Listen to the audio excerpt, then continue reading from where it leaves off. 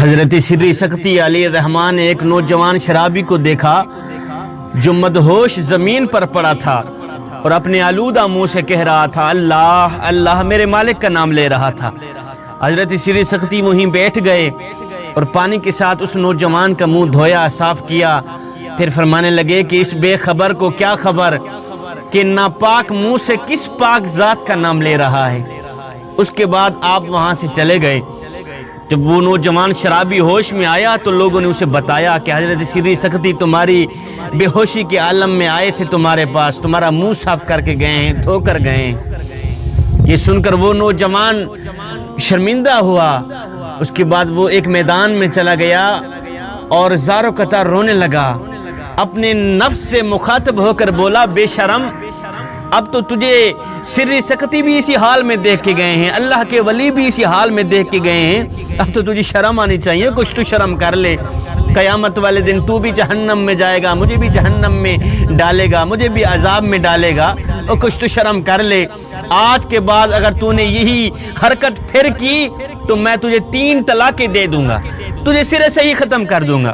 اللہ اکبر۔ اس نوجوان نے دونوں ہاتھ اٹھائے، کہنے لگے یا اللہ میری توبہ ہے، آج کے بعد میں یہ حرکت پھر نہیں کروں گا۔ ادھر نوجوان کے سچے دل سے یہ توبہ نکلی، ادھر میرے رب کی رحمت کو جوش آ گیا۔